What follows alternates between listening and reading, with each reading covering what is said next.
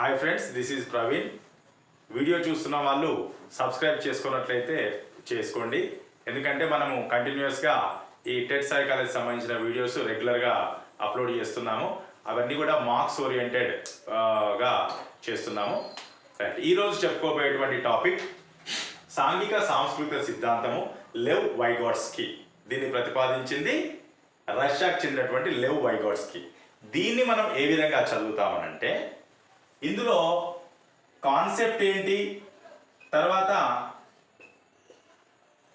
New terms వస్తాయి, కొత్త పదాలు వస్తాయి. సో ఈ కాన్సెప్ట్ చెప్తూ కొత్త పదాలు చెప్తూ వాటికి సంబంధించిన క్వశ్చన్స్ ఎలా వస్తాయో చెప్పుకుంటూ వెళ్తాము. ఇక మళ్ళీ రివిజన్ కూడా మీకు అవసరం లేకుండా. సాంఘిక సాంస్కృతిక సిద్ధాంతాన్ని ప్రతిపాదించిన శాస్త్రవేత్త ఎవరు? Answer లెవ్ Vygotsky. రష్యాకు చెందిన లెవ్ వైగోట్స్కీ. లెవ్ వైగోట్స్కీ చెప్పిన ఈ సాంఘిక సాంస్కృతిక సిద్ధాంతము దేని కిందికి వస్తుంది? నిర్మితివాదము లేదా నిర్మాణాత్మక వాదం. మరి నిర్మాణాత్మక వాదము దేన్ని తెలియజేస్తుంది? ఇంకెవరైనా నిర్మాణాత్మక వాదులు ఉన్నారా? కన్స్ట్రక్టివిస్టులు ఉన్నారా అంటే, ఈ నిర్మాణాత్మక వాదం ఏం చెప్తుందంటే, పిల్లలు తమ జ్ఞానాన్ని తామే స్వయంగా అనుభవాలు పొందుతూ, అంటే కృత్యాలు చేస్తూ కావచ్చు, పరస్పర ప్రతిచర్యలు పొందుతూ కావచ్చు, తామే నిర్మించుకుంటారు. అంటే స్వీయ అభ్యసనమును తెలియజేస్తుందని అర్థం. రైట్? సో నిర్మాణాత్మక వాదము అంటే పిల్లలు తమ జ్ఞానాన్ని తామే అనుభవాలు పొందుతూ నిర్మించుకుంటారు అని చెప్పే వాదమే నిర్మాణాత్మక వాదం. మరి నిర్మాణాత్మక వాదులు ఎవరున్నారంటే gene పియాజే, Jerome Bruner and లెవ్ Vygotsky. ఈ ముగ్గురు కూడా నిర్మాణాత్మక వాదులు. క్రింది వానిలో నిర్మాణాత్మక వాదానికి చెందిన వారు ఎవరు అన్నప్పుడు జెరోమ్ బ్రూనర్ ఇచ్చిన, పియాజే ఇచ్చిన, లెవ్ వైగోట్స్కీ ఇచ్చిన కరెక్టే. రైట్? తర్వాత క్రింది వానిలో మన నిర్మాణాత్మక వాదులు కానివారెవరు? కానివారు అన్నప్పుడు ఈ ముగ్గురు కాకుండా ఎవరైతే ఉంటారో వారు కరెక్ట్ ఆన్సర్ అవుతారు. రైట్? నెక్స్ట్, నిర్మాణాత్మక వాదులు మరి దేని గురించి, ఏ వికాసం గురించి తెలియజేస్తారు? ఏ అభ్యసనం గురించి, ఏ వికాసం గురించి తెలియజేస్తారు అని అంటే, సంజ్ఞానాత్మక వికాసము లేదా ప్రజ్ఞా వికాసము లేదా మానసిక వికాసం గురించి తెలియజేస్తారు. ఆప్షన్స్లో సంజ్ఞానాత్మక, మానసిక, ప్రజ్ఞ మూడు రకాల వికాసాలు ఒకటే అర్థాన్ని ఇస్తాయనేది గుర్తుపెట్టుకోండి. ఎందుకంటే మనకు ఒకసారి గతంలో క్వశ్చన్, ప్రజ్ఞా వికాస దశలను ప్రతిపాదించింది ఎవరు? ఇప్పుడు ప్రజ్ఞా వికాసం గురించి చెప్పింది ఎవరంటే ఈ ముగ్గురు, బ్రూనర్, వైగోట్స్కీ, జీన్ పియాజే. ఇందులో దశల గురించి చెప్పింది ఎవరు? జీన్ పియాజే. అక్కడ ఏమని చెప్పుకుంటాము? సంజ్ఞానాత్మక వికాస దశలు అంటాం. సంజ్ఞానాత్మక అన్న, మానసిక అన్న, ప్రజ్ఞ అన్న ఒకటే. కాబట్టి ప్రజ్ఞా వికాస దశలు ఎవరు ప్రతిపాదించారంటే జీన్ పియాజే అని చెప్పాల్సి ఉంటుంది. ఓకేనా? సో మనం దేనికి అసోసియేషన్ చేసుకుంటున్నామంటే, నిర్మాణాత్మక వాదానికి, సంజ్ఞానాత్మక వికాసానికి. సంజ్ఞానాత్మక వికాసము, ప్రజ్ఞా వికాసము, మానసిక వికాసం అంతా ఒకటే అని చెప్పుకుంటున్నాం. ఓకే, ఇప్పుడు ఈ సాంఘిక సాంస్కృతిక సిద్ధాంతం ప్రకారము ఈ సంజ్ఞానాత్మక వికాసము ఏ విధంగా ఏర్పడుతుంది, వేటి వల్ల ఏర్పడుతుంది అని అంటే, సింపుల్గా గుర్తుపెట్టుకోవడానికి, సాంఘిక అంటే ఏమిటి? సోషల్. ఇందులో అచ్చులు, ఓవెల్స్ను కొట్టేస్తున్నాం. మిగిలిన పదాలు ఏమిటి? SCL, society, culture and language. Vygotsky ప్రకారము సంజ్ఞానాత్మక వికాసానికి దోహదపడే అంశాలు ఏమిటి? సమాజము, సంస్కృతి మరియు భాష. అంటే ఓన్లీ వైగోట్స్కీ ప్రకారము ఏవేవి కారణమవుతాయి అంటే, సమాజంతో, సంస్కృతితో పొందేటువంటి ప్రతిచర్యలు మరియు అతను నేర్చుకునేటువంటి భాష, వీటి వల్ల సంజ్ఞానాత్మక వికాసం ఏర్పడుతుంది అని అంటాం. అంటే సమాజంతో ప్రతిచర్యలు జరపడం ద్వారా ఏర్పడుతుంది అని అంటాం. అందులో ముఖ్యాంశాలు ఏమిటి అని అంటే, ఏమిటి? Society, culture and language. మళ్ళీ ఈ మూడింటిలో ఏది మూలం, ఏది ప్రధానం అన్నప్పుడు మాత్రం లాంగ్వేజ్ అని చెప్పాలి, భాష అని చెప్పాలి. వైగాట్స్కీ ప్రకారము సంజ్ఞానాత్మక వికాసానికి దారి తీసే అంశాలు అంటే దేనికి ప్రాధాన్యత ఏమేమి ఉంటాయంటే 3: సొసైటీ, కల్చర్, లాంగ్వేజ్. కానీ ఈ మూడింటిలో మళ్ళీ ఏది మూలము అనే విధంగా క్వశ్చన్ వస్తే మాత్రం లాంగ్వేజ్, భాషయే మూలము అంటారు. మన పియాజేకు వైగోట్స్కీకి తేడా ఏంటంటే పియాజే ఏమంటాడంటే ఆలోచన ద్వారానే భాష నేర్చుకుంటాడు అని చెప్తాడు. ఇక్కడ ఇతరు మాత్రం భాష ద్వారానే ఆలోచన పెంపొందుతుంది అంటారు. ఇది వైగోట్స్కీకి పియాజేకు ఉన్నటువంటి ప్రధానమైన తేడా. ఓకేనా? ఇప్పుడు మరి ఈ భాష అనేది పిల్లల లోపల వైగోట్స్కీ ప్రకారము ఎన్ని రకాలుగా ఉంటుంది? 2 సంవత్సరాలకి పిల్లలు ఇతరులతో మాట్లాడుతూ ఉంటారు. అలా ఇతరులతో మాట్లాడేటువంటి భాషను సాంఘిక భాష లేదా సామాజిక భాష, సోషల్ స్పీచ్ అంటారు. ఇతరులతో మాట్లాడడం దాన్ని సోషల్ స్పీచ్ అని అంటారు. అంటే ప్రశ్నలు అడుగుతూ అన్ని తమకు తెలిసిందంతా చెప్తూ ఉంటారు ఇతరులతోనే. దాన్ని సోషల్ స్పీచ్, సాంఘిక భాష. అది 2 సంవత్సరాలకు ప్రారంభం అవుతుంది. తర్వాత 3 సంవత్సరాల వయసులో పిల్లలు ఆడుకుంటున్నప్పుడు కానీ పనులు చేసుకుంటున్నప్పుడు కానీ తమలో తామే మాట్లాడుకుంటూ ఉంటారు. అలా తమలో తామే మాట్లాడుకునేటువంటి భాషను వ్యక్తిగత భాష లేదా భాషణం లేదా భాష, వ్యక్తిగత భాషణం అంటాం. దీన్నే ప్రైవేట్ స్పీచ్ అంటాం. ప్రైవేట్ స్పీచ్ అని అంటాం. మరి ఒక శిశువు, ఒక పిల్లవాడు తనలో తానే ఎందుకు మాట్లాడుకుంటాడంటే తనను తాను మార్గనిర్దేశం చేసుకోవడం కోసం, తనను తాను సెల్ఫ్ డైరెక్టెడ్ స్పీచ్ అని అంటాం.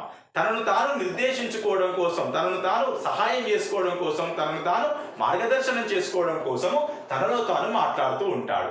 పిల్లవాడు ఏదన్నా ఒక ఆట ఆడుకుంటున్నప్పుడు లేదా ఒక ఇట్లా సెట్ చేసేటువంటి పజిల్స్ ఉంటాయి కదా, జిగ్సా పజిల్స్ కానీ, లేకపోతే అతను హోంవర్క్ చేసుకుంటున్నాడు అనుకోండి, అరే పెన్సిల్ ఎక్కడుంది, పెన్ ఎక్కడుంది, ఆ బుక్ ఎక్కడుంది, ఆ బ్యాగ్ ఎక్కడ పెట్టానబ్బా అని తనలో తానే మాట్లాడుకుంటుంటాడు. దాన్ని ఏమంటారంటే వ్యక్తిగత భాషణము.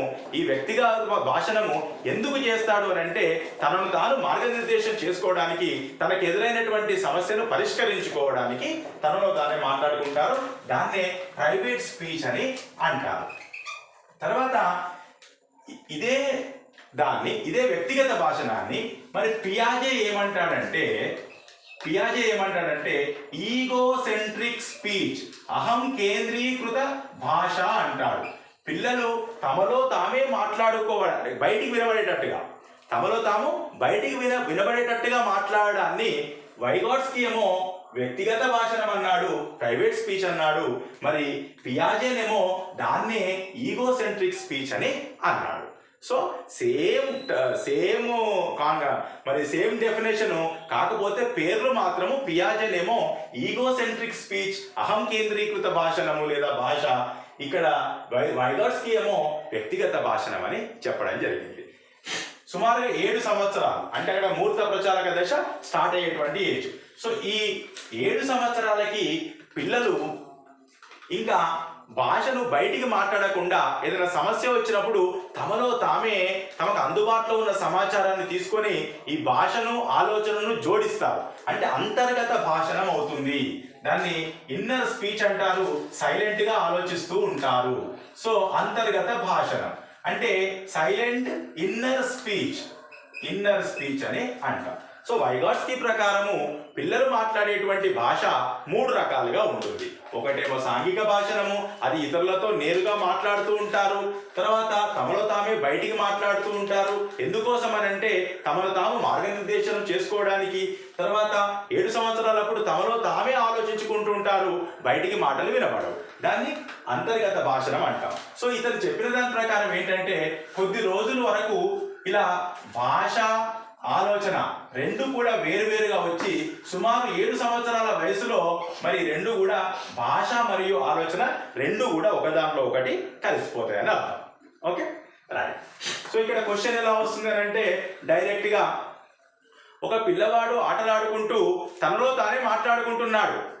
అయితే వైగోట్స్కీ ప్రకారము ఇది దేన్ని తెలియజేస్తుంది అని అంటే ప్రైవేట్ స్పీచ్ ను తెలియజేస్తుంది. రైట్. నెక్స్ట్, ఈ సంజ్ఞానాత్మక వికాసము వైగోట్స్కీ ప్రకారము ఏ విధంగా ఏర్పడుతుంది? ఏ విధంగా ఏర్పడుతుందని అంటే, అలా ఏర్పడడానికి పుట్టుకతోనే పిల్లల లోపల ఒక 4 అంశాలు, 4 ఇన్నేట్ ఎలిమెంట్స్ అంటే పుట్టుకతోనే వచ్చేటువంటి 4 అంశాలు ఉంటాయి. అవి ఏమిటి అంటే సెన్సేషన్ అంటే సంవేదనలు, పర్సెప్షన్ అంటే ప్రత్యక్షము, అటెన్షన్ అంటే అవధానము, మెమొరీ అంటే స్మృతి. ఈ 4 అంశాలు పుట్టుకతోనే వస్తాయి. వీటి వల్లనే పిల్లలుగా ఉన్నప్పుడు దిగువ మానసిక ప్రక్రియలు అంటే జస్ట్ మాట్లాడము, ప్రశ్నించడము, ఇలాంటివి, పరిశీలించడము, గుర్తించడము, ఇలాంటివి. అంటే ఇందులో పెద్దగా ఆలోచన, వివేచన, విశ్లేషణ, సంశ్లేషణ అనేవి ఉండవు. వయసు పెరిగే కొద్దీ, భాష నేర్చుకునే కొద్దీ ఎగువ మానసిక ప్రక్రియలు మరి మొదలవుతాయి. అవి ఏంటంటే విశ్లేషించడము, ఆలోచన, విశ్లేషణ, వివేచన, ఇలాంటి ఉన్నత మానసిక ప్రక్రియలు మరి అభివృద్ధి చెందుతాయి. చూడండి, పుట్టుకతోనే వైగాట్స్కీ ప్రకారము పిల్లల లోపల పుట్టుకతోనే వచ్చేటువంటి మరి అంశాలు ఏమిటి అని అంటే స్పామ్ లాగా గుర్తుపెట్టుకోండి. సంవేదనలు, ప్రత్యక్షము, అవధానము, స్మృతి. వీటి వల్ల అతనికి అవసరమైనటువంటి దిగువ మానసిక ప్రక్రియలని మరి చేసుకుంటూ ఉంటాడు. అంటే చుట్టుపక్కల పరిస్థితులను పరిశీలించడము, చుట్టుపక్కల ఉన్నటువంటి వాటిని మరి గుర్తించడము, అవసరమైతే ప్రశ్నించడము, ఇలాంటివి పోల్చడము, ఇలాంటి దిగువ మానసిక ప్రక్రియలు కలిగి ఉంటాడు.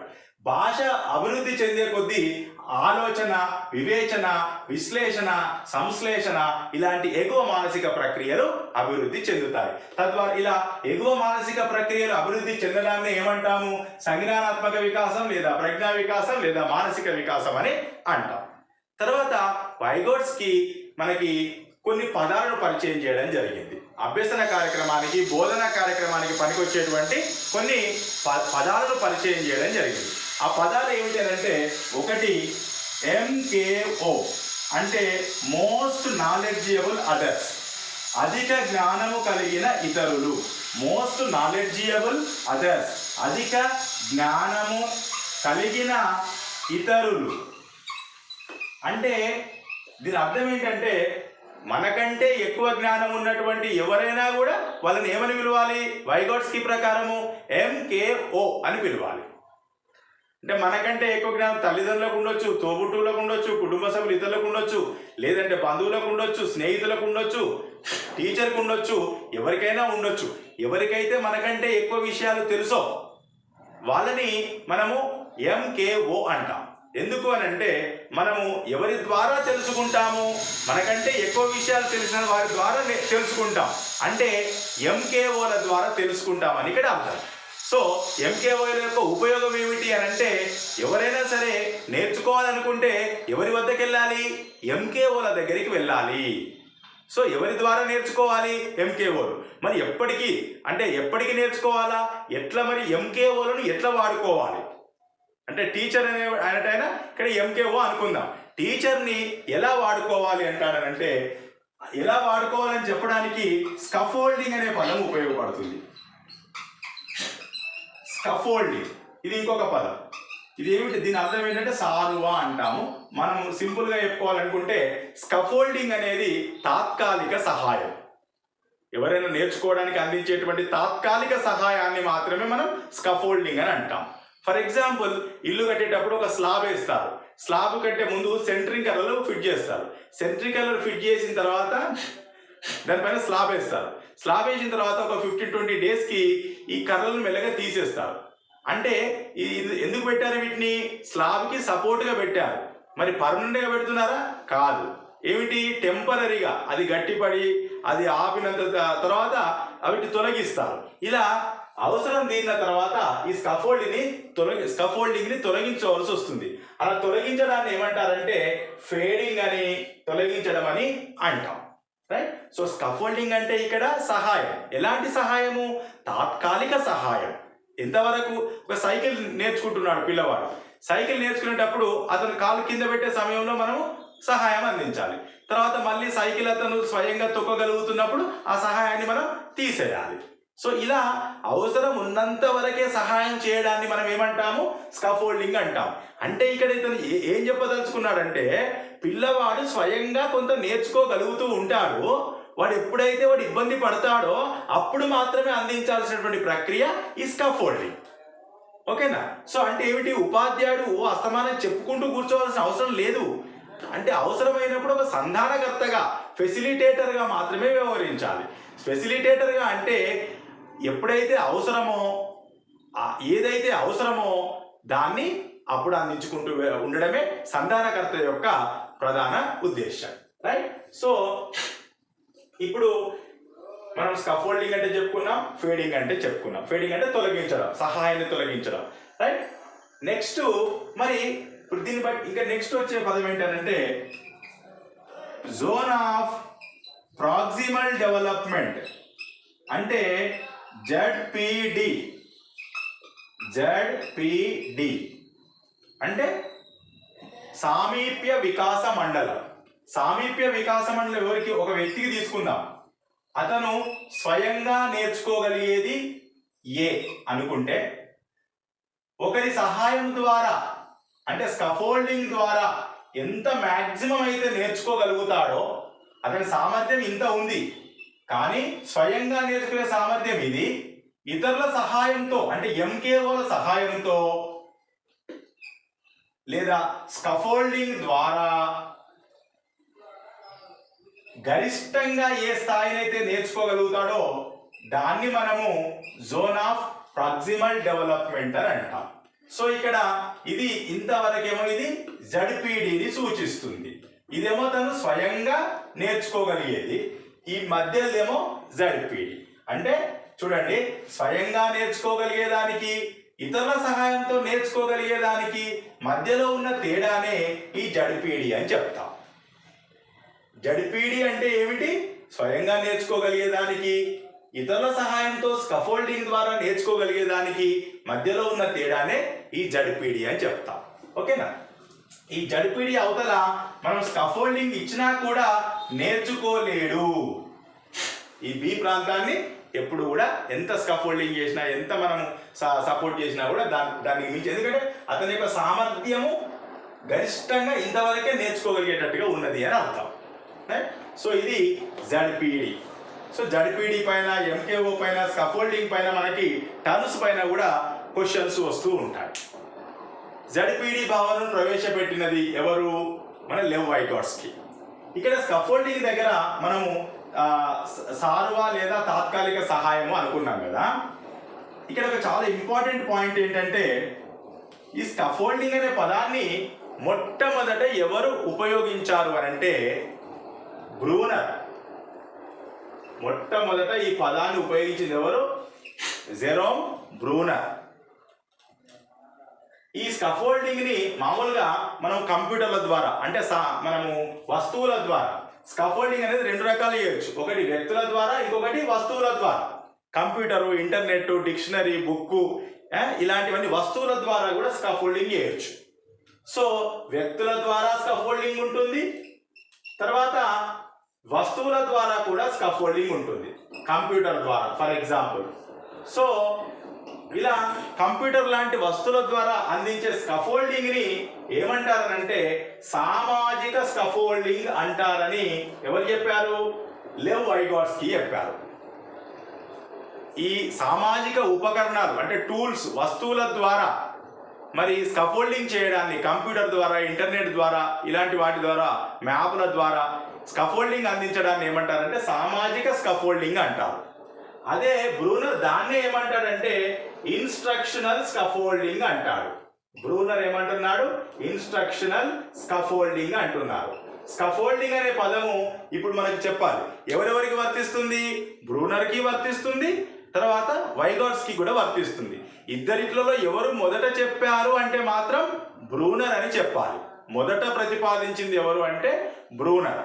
స్కాఫోల్డింగ్ అనే పదము ఎవరికి సంబంధించినది అంటే మాత్రం మొదట అంటే మాత్రం బ్రూనర్ పెట్టాలి. ఎవరికి సంబంధించినది అని అంటే బ్రూనర్ ఉంటే బ్రూనరు, వైగాట్స్కీ ఉంటే వైగాట్స్కీ, ఇద్దరు ఉంటే ఇద్దరు. అది గుర్తుపెట్టుకోవాలి. మొదట అంటే మాత్రమే బ్రూనర్, ఎవరు అంటే మాత్రం ఇద్దరు వస్తారు. ఇద్దరులో ఎవరున్నా ఓకే, ఇద్దరు ఉన్నా ఇద్దరు అని ఇచ్చినా కూడా ఇద్దరు కరెక్ట్ ఆన్సర్ అవుతారు. ఓకేనా, చాలా ఇంపార్టెంట్ పాయింట్ మనకి. ఇంకా ఇతని దాంట్లో చివరిది ఏంటంటే టీచింగ్ ఎలా ఉండాలి. రెసిప్రోకల్ టీచింగ్ అంటే పరస్పర అభ్యసనం, ఒకరికొకరు చెప్పుకోవడం. రెసిప్రోకల్ టీచింగ్ ఇతను ప్రవేశపెట్టినటువంటి టీచింగ్లో ప్రవేశపెట్టినటువంటి భావన ఏంటి? రెసిప్రోకల్ టీచింగ్ అంటే పరస్పర బోధన, ఒకరికి ఒకరు, అవునా, ఒకరికి ఒకరు చెప్పుకోవడం. ఈ రెసిప్రోకల్ టీచింగ్ ఎలా ఉంటుందనంటే మరి 2 నుంచి 4 విద్యార్థులను మనము సమూహాలుగా ఏర్పరుస్తాం. ఇట్లా 2 నుంచి 4 విద్యార్థులను సమూహాలుగా ఏర్పరచడానికి, ఈ సమూహాలను ఏమంటారంటే ఇట్లా సమూహాలుగా ఏర్పరిచి అభ్యసింపజేయడాన్ని కొలాబొరేటివ్ లెర్నింగ్ అంటారు.